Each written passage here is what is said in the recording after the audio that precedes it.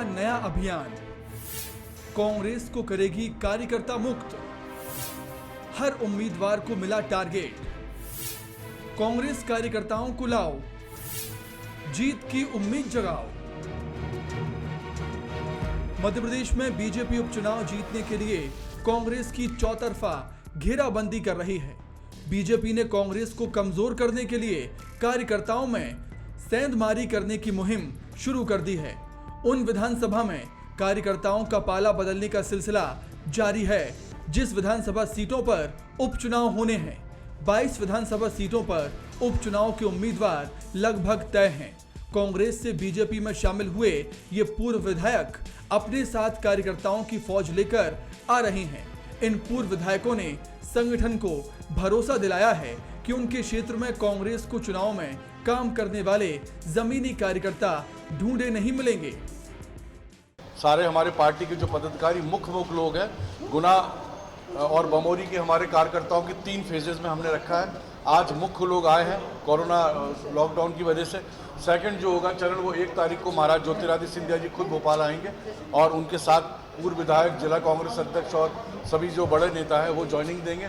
और तीसरा जो चरण होगा वो डिस्ट्रिक्ट हेडक्वार्टर्स पे होगा, जिसमें लोकल का जो कांग्रेस वर्कर का पोलिंग बूथ वर्कर्स, सेक्टर प्रभारी, सेक्टर टीम्स, निर्वाचित जनप्रतिनिधि, उन सबको हम हेडक्वार्टर्स पे ज्वाइनिंग भारतीय जनता पार्टी की कराएंगे। बीजेपी में अलग अलग विधानसभा क्षेत्रों के 300 से ज्यादा कांग्रेस कार्यकर्ता शामिल हो चुके हैं। मंत्री तुलसी सिलावट ने इसकी शुरुआत की थी। हफ्ते भर पहले इंदौर सांवेर के 6 बड़े जिला स्तर के नेता बीजेपी में शामिल हुए। 2 दिन पहले प्रभुराम चौधरी के 200 समर्थक कार्यकर्ताओं ने बीजेपी का दामन थाम लिया। सोमवार को महेंद्र सिंह सिसोदिया ने 100 से ज्यादा कार्यकर्ताओं को बीजेपी में शामिल कराया। इस अभियान के पीछे बीजेपी की रणनीति कार्यकर्ता मुक्त कांग्रेस की है। इस मुहिम में और तेजी आने वाली है। कैबिनेट मंत्री तुलसी सिलावट पहले ही इसके संकेत दे चुके हैं। ये शुरुआत हुई है सम्मानीय अध्यक्ष जी के नेतृत्व में और मुख्यमंत्री जी के नेतृत्व में, ज्योतिरादित्य सिंधिया जी के नेतृत्व में। अब ये सिलसिला निरंतर जारी रहेगा कि कांग्रेस अब पूरी बीजेपी में शामिल हो चुकी है। अब मैं भी तुलसी सिलावट एक भाजपा का कार्यकर्ता, छोटा सा सदस्य हूं, उसी निष्ठा के साथ काम करूंगा। बीजेपी के अभियान को कांग्रेस भी आसान बना रही है। सिंधिया की पार्टी छोड़ने के बाद कांग्रेस अपने बेगाने की उलझन में है। सिंधिया के जाने के बाद जो नेता और कार्यकर्ता कांग्रेस में बने हुए हैं, उन्हें चिन्हित कर पार्टी से बाहर का रास्ता दिखाया जा रहा है, ताकि उस पर कमजोर नेतृत्व का कलंक ना लगे। केवल वही व्यक्ति उनके साथ जा रहे हैं जो उनके साथ व्यावसायिक रूप से जुड़े हुए हैं। कांग्रेस में भी मंत्री रहते हुए भी ये व्यावसायिक रूप से उनके साथ रहे, उन्हीं लोगों को वो बीजेपी ज्वाइन करा रहे हैं, जिनका कोई ना धर्म है ना कोई पार्टी है।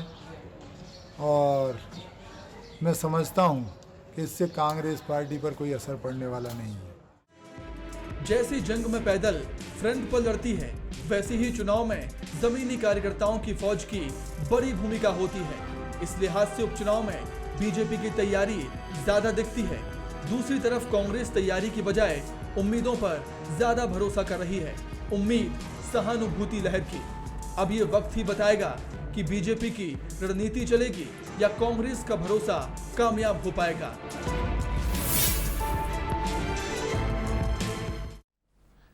नमस्कार, मैं हूं शरद द्विवेदी और हमारा आज का मुद्दा है कार्यकर्ता मुक्त कांग्रेस।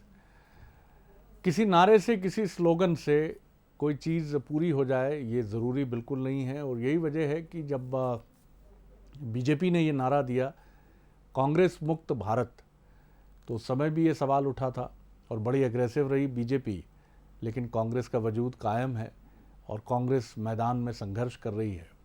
और मध्य प्रदेश में भी वो सत्ता में करीब 13-14 महीने रहने के बाद अब विपक्ष के तौर पर अपनी भूमिका के लिए पर तौल रही है। लेकिन बीजेपी की शैली बहुत हमलावर और आक्रामक होती है। उसकी कोशिश होती है कि वो इस तरह से हमले करे कि जो उसकी प्रतिपक्षी पार्टी है वो हक्का बक्का रह जाए और उसके इस जेस्चर का पूरा लाभ बीजेपी को मिले। और यही वजह है कि मध्य प्रदेश में अभी से नहीं, 2013-14 से बीजेपी इसी गुरिल्ला शैली को लेकर चलती रही है। और बड़े बड़े बीजेपी नेता कांग्रेस से लेकर अपने यहाँ आती रही है ऐसे मौक़ों पर जब कांग्रेस में उनकी भूमिका बहुत महत्वपूर्ण थी। और यही वजह है कि आज आप देखेंगे तो आपको गैलेक्सी ऑफ लीडरशिप, चाहे संजय पाठक की बात करें, राव उदय प्रताप सिंह की बात करें, भागीरथ प्रसाद जी की बात करें, आपको तमाम चेहरे मिल जाएंगे जो कांग्रेस से बीजेपी में आए हैं। और मार्च में तो पूरी झड़ी ही लग गई जब खुद ज्योतिरादित्य सिंधिया और उनकी टीम के अहम सदस्य बीजेपी में शामिल हो गए। अब ये बात है कि कार्यकर्ता पर भी हमला, क्योंकि ये जो 22 नेता आ रहे हैं ये अपने साथ कार्यकर्ता ला रहे हैं और कांग्रेस की मुश्किल ये है कि उसे उन लोगों के खिलाफ कार्रवाई भी करनी है जो कहीं ना कहीं पर्दे के सामने या पर्दे के पीछे सिंधिया जी और उनकी टीम को सपोर्ट करते रहे हैं। ये और मौका दे रहा है क्योंकि देर सवेर ऐसे कांग्रेस के कार्यकर्ता बीजेपी को शरण स्थली के तौर पर देख रहे हैं, क्योंकि उन्हें मालूम है कि उनके खिलाफ कार्रवाई होगी और कांग्रेस में वो पहले की प्रतिष्ठा को लेकर नहीं चल पाएंगे। तो कई बड़े सवाल हैं, क्या इसका नुकसान कांग्रेस को होगा और क्या बीजेपी जैसा दावा वो कर रही है कि हम तो कांग्रेस को अब कार्यकर्ता मुक्त भी करेंगे, तो क्या ये चीज़ें होंगी? आज इसी पर हम बात करेंगे। मुलाकात करिए उन मेहमानों से जो हमारे साथ हैं। हमारे साथ हैं भारतीय जनता पार्टी के सीनियर लीडर, वरिष्ठतम नेताओं में शुमार और पूर्व नेता प्रतिपक्ष, पूर्व कैबिनेट मंत्री गोपाल भार्गव जी। बहुत स्वागत करता हूं गोपाल जी। जी नमस्कार जी। और मैं निवेदन करूंगा गोपाल जी, अगर टेलीविज़न चालू हो तो उसकी आवाज़ धीरे कर लीजिएगा, बिल्कुल ही म्यूट कर लीजिएगा, जिससे वो बार बार उसकी अनुगूंज कठिनाई पैदा ना करे। और हमारे साथ हैं बृजेंद्र सिंह राठौर साहब, सीनियर लीडर कांग्रेस के, पूर्व मंत्री, कैबिनेट मंत्री, उनका मैं बहुत स्वागत करता हूं। और वरिष्ठ पत्रकार, राजनीतिक विश्लेषक और कई पुस्तकों के लेखक और बुंदेलखंड की ही माटी की तीनों विभूतियां आज हमारे साथ हैं। ये भी बड़ा महत्वपूर्ण संयोग है कि तीनों ही बुंदेलखंड की माटी के महानुभाव हमारे साथ हैं। बहुत स्वागत है पटेल साहब आपका। किस तरह देखते हैं आप ये जो कांग्रेस के कार्यकर्ताओं का बीजेपी में आने का क्रम है? ये कोई चौंकाने वाली बात नहीं है, आना ही था इनको, लेकिन आप किस तरह देखते हैं, कितना ये कांग्रेस की चुनावी संभावनाओं पर असर डाल सकता है या ऐसा कुछ नहीं होगा? शरद जी, वास्तव में चुनावी संभावनाओं पर निश्चित तौर पर असर डालेगा। कांग्रेस की रणनीति तो ये होना चाहिए थी कि ज्योतिरादित्य सिंधिया को अलग थलग कर देते, उनके जो समर्थक है उनको रोकने की कोशिश करते। उल्टे हुआ है कि उनके समर्थक जिलाध्यक्ष को हटाया आपने, वहां की जो जिला कार्य समितियां थी उनको आपने भंग किया। जब आप ही पर्देदारी कर देते हैं, आप ही विभाजन कर देते हैं, तो भारतीय जनता पार्टी का रास्ता आप आसान कर देते हैं।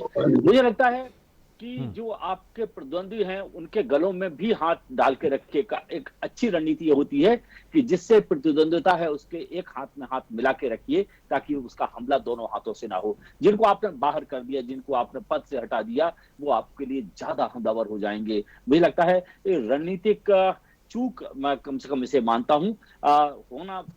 मेरे लिहाज से होना चाहिए था कि सिंधिया जी और उनके लोगों को अलग थलग करने की कोशिश होना चाहिए कि अब कांग्रेस का कोई भी आदमी ना जाए, लेकिन पिछले 10-15 दिन से आप देख रहे हैं ये तमाशा मचा हुआ है। दूसरी सबसे बड़ी बात है, कांग्रेस की तुलना में भारतीय जनता पार्टी उपचुनाव के क्षेत्रों में पहुंच चुकी है, क्योंकि सरकार उनके पास में है, संगठन उनके पास में है, और कांग्रेस सिर्फ भोपाल से रणनीति बना रही है। मुझे लगता है अभी भी वक्त है, सजग हो जाइएगा। बृजेंद्र जी, उम्मीद बड़ी अच्छी चीज़ है और एक गीत की पंक्ति भी है कि मुश्किल है जीना उम्मीद के बिना, लेकिन उम्मीद अकेले ही मंजिल मकसूद तक पहुंचा दे ये संभव भी कभी नहीं होता। आपको कर्म क्षेत्र में अपने अटूट परिश्रम से मंजिल तक पहुंचने के रास्ते तलाशने पड़ते हैं और आप वहां तब जाकर पहुंचते हैं। कांग्रेस के तमाम बड़े नेता इसी उम्मीद पर अभी तक, दो तर्क थे उनके, कोरोना से लड़ाई जारी है, फिर उपचुनाव की बात करेंगे तो अब सब स्पष्ट हो गया कि कोरोना भी है और उपचुनाव भी है, दोनों के साथ ही चलना है आपको। और दूसरी चीज़ ये है कि जो कांग्रेस के कार्यकर्ता आ रहे हैं, अभी एक रणनीति की आवश्यकता समीक्षक महसूस कर रहे हैं कि वो लोग जो कांग्रेस छोड़कर बीजेपी में आए हैं उनके समर्थक नेताओं को अपनी तरफ आकर्षित करने की कोई रणनीति कांग्रेस में दिख नहीं रही, ऐसा समीक्षकों का कहना है। क्या कहेंगे आप? हाँ, देखिए, जहां तक कांग्रेस का सवाल है, जी वो जमीनी स्तर पर जो हमारे कार्यकर्ता हैं, वो जो उनको काम करना है वो काम कर रहे हैं। अभी तक ये लॉकडाउन की बात जरूर थी कि भाई सोशल डिस्टेंसिंग बनाना है, बाहर नहीं जाना है, तमाम तरीके के नियम कानून सरकार ने बना रखे थे जी। लेकिन आपके ही चैनलों के ऊपर हम देख रहे हैं कि खुलेआम धज्जियां इस बात की उड़ाई जा रही हैं।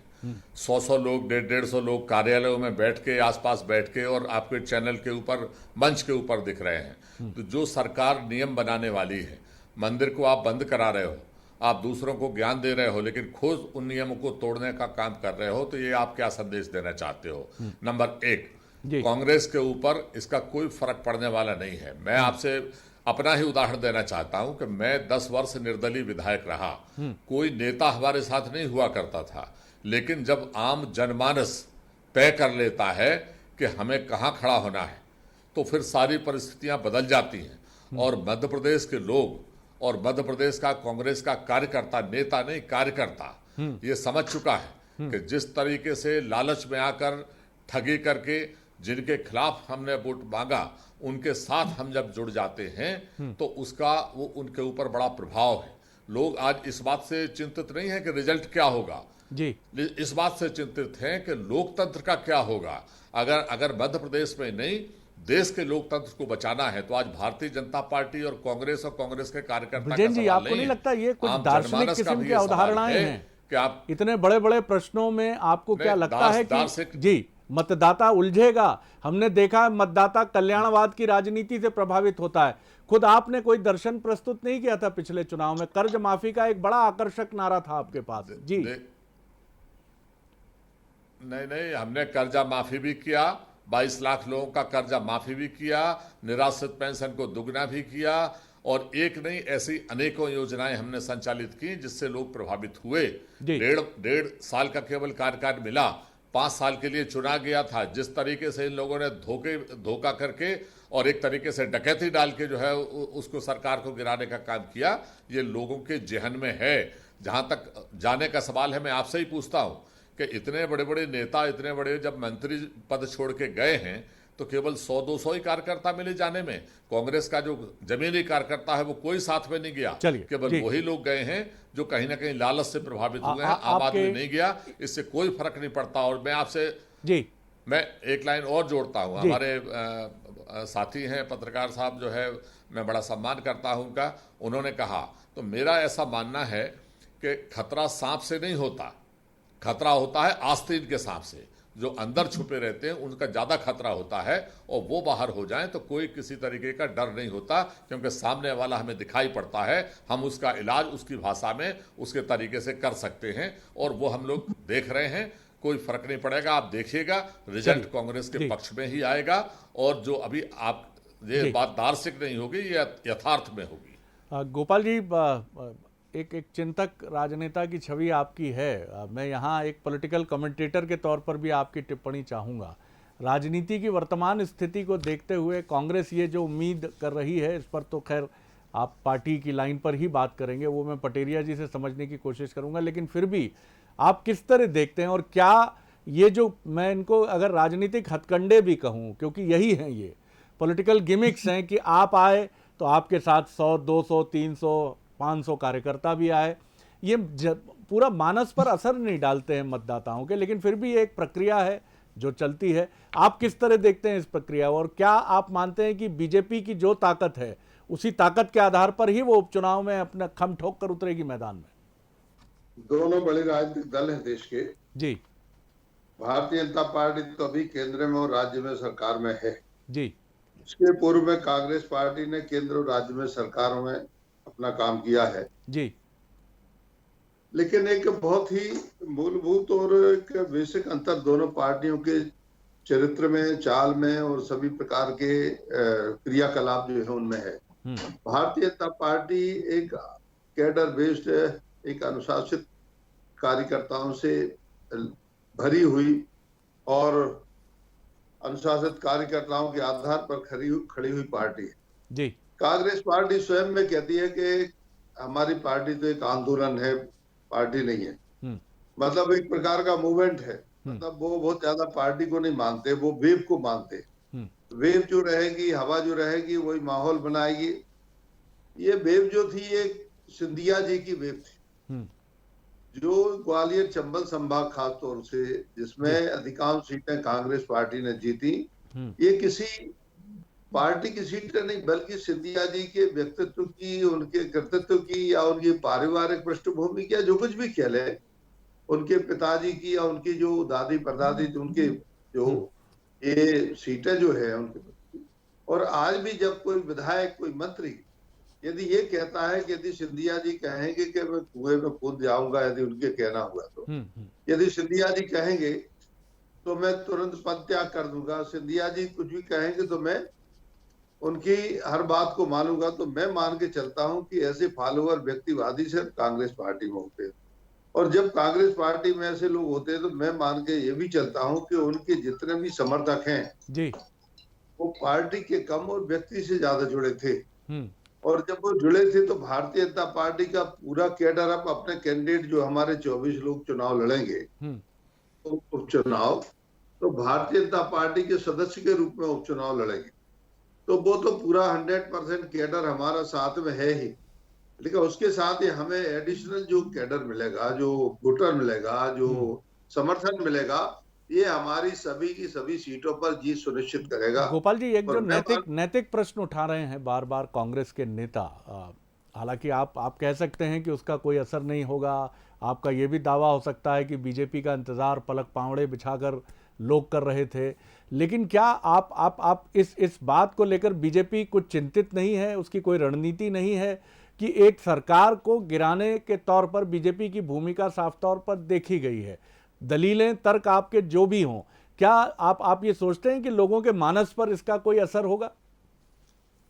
शरद जी, ईमानदारी की बात यह है कि कांग्रेस के कार्यकर्ता या नेता जी, यदि अपने दिल पर हाथ रख के दे, निष्पक्ष रूप से कहें जी, तो क्या ज्योतिरादित्य जी के साथ में क्या न्याय हुआ? जो उनका कद था, जो उनकी मान्यता थी, जितना जो उनका प्रभाव था, क्या उनका अपमान नहीं हुआ? सभी लोग इस बात को जानते हैं कि अपमानित होने के कारण ही उन्होंने कई बार अपमान के घूंट पिए और उसके बावजूद वो पार्टी के लिए काम करते रहे। जी, जब पानी सर के ऊपर हो गया तो उस स्थिति में फिर उन्होंने अपने दल को त्याग करना उचित समझा, क्योंकि ये भी मानता हूं कि नीतियां और सिद्धांत तो ठीक है पार्टी के लिए होती है, लेकिन लगातार अपमानित होते रहना, जलील होते रहना, उसके बाद में तो कोई आज के समय सरपंची का पद भी नहीं छोड़ता है, वार्ड मेंबरी का पद नहीं छोड़ता है, लेकिन बने हुए कैबिनेट मिनिस्टर जो पदासीन हैं, पद पर काम कर रहे हैं, चुने हुए विधायक जो पद पर काम कर रहे हैं, वो लोग अपने नेता के लिए यदि छोड़ रहे हैं तो उनके मन में वही पीड़ा जो ज्योतिरादित्य के मन में पीड़ा थी, वही पीड़ा उनके समर्थकों और कार्यकर्ताओं के मन में थी। चलिए, मैं पटेरिया साहब जी आप अपनी बात पूरी कर लीजिए संक्षेप में। जी, मैं यही कहना चाहता हूं कि यदि अपने नेता के लिए कोई कार्यकर्ता यदि छोड़ता है, तो जो आज की राजनीति में दुर्लभ है, आज की राजनीति में तो मैं देखता हूं कि इतने अवसरवादी लोग हो गए हैं कि वो तो अरे उन्हें कहेगा नेता वेता, हमें तो मंत्री बनने मिल गया, हमें विधायक बनने मिल गया, हमें टिकट मिल गया, अब हमारा कोई काम नहीं, अब तो हम अपनी दूसरी नाइल पकड़ेंगे, जहां मलाई खाने मिलेगी वो हम खाएंगे। लेकिन यहाँ मलाई यहाँ नहीं, ये कोई बात नहीं रही। और उन्होंने एक सिद्धांत भी, प्रतिष्ठा भी, नेतृत्व की प्रतिष्ठा। और जब आप कहते हैं कि हम तो स्वयं में एक आंदोलन है, मैं मान के चलता हूं कि गाड़ी से उतर जाओ, ये करो, वो करो, दुनिया भर की बातें, सड़क पे आ जाओ, कुछ भी करो, तो ये सारे के सारे विषय जो रहे ये सब होगा। जी पटेल साहब, बड़ा प्रश्न ये है, जैसा ब्रिजेन जी भी कह रहे हैं, और एक दिन पहले जब हमारी पीसीसी चीफ और पूर्व मुख्यमंत्री कमलनाथ जी से बंसल न्यूज़ की बात हुई तो उन्होंने भी कहा कि मेरी गलती क्या थी। कमलनाथ जी ने कहा मेरी क्या गलती थी, और यही सवाल हम जनता के बीच में लेकर जाएंगे।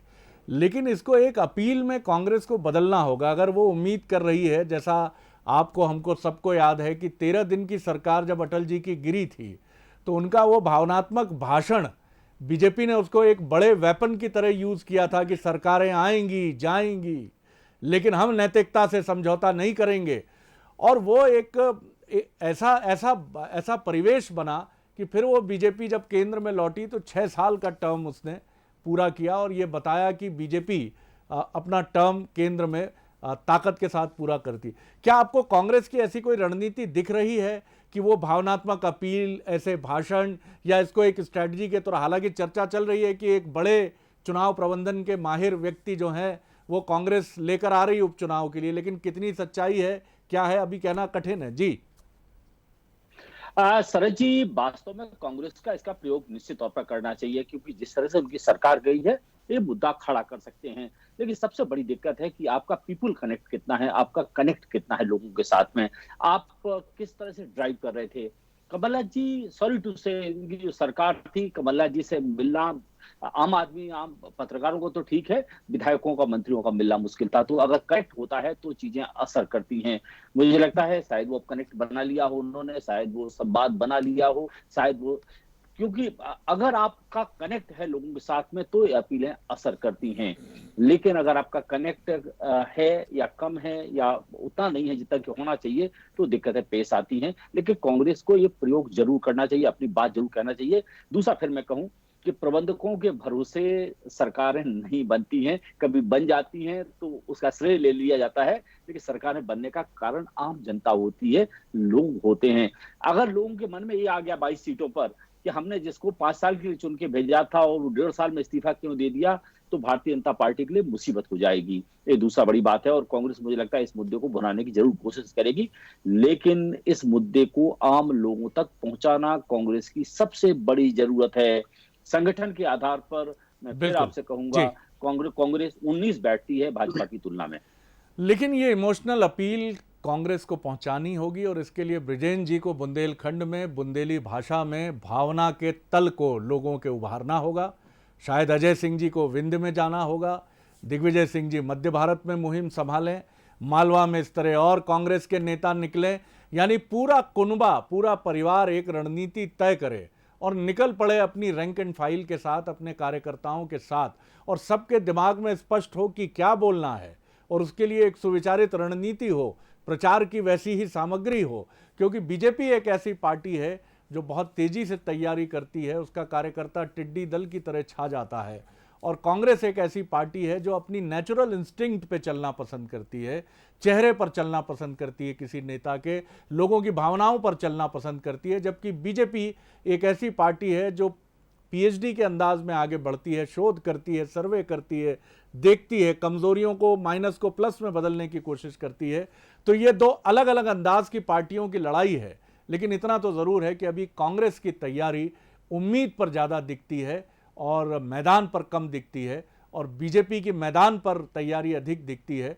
उम्मीद से ज़्यादा वो इसकी चिंता भी कर रही है कि ये सही बात है कि सरकार गिराने में बीजेपी की भूमिका है, और इसका कहीं नुकसान उसको ना हो, कांग्रेस से जो लोग आए हैं उनका समन्वय ठीक से हो।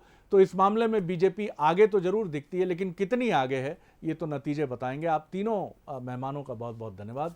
नमस्कार।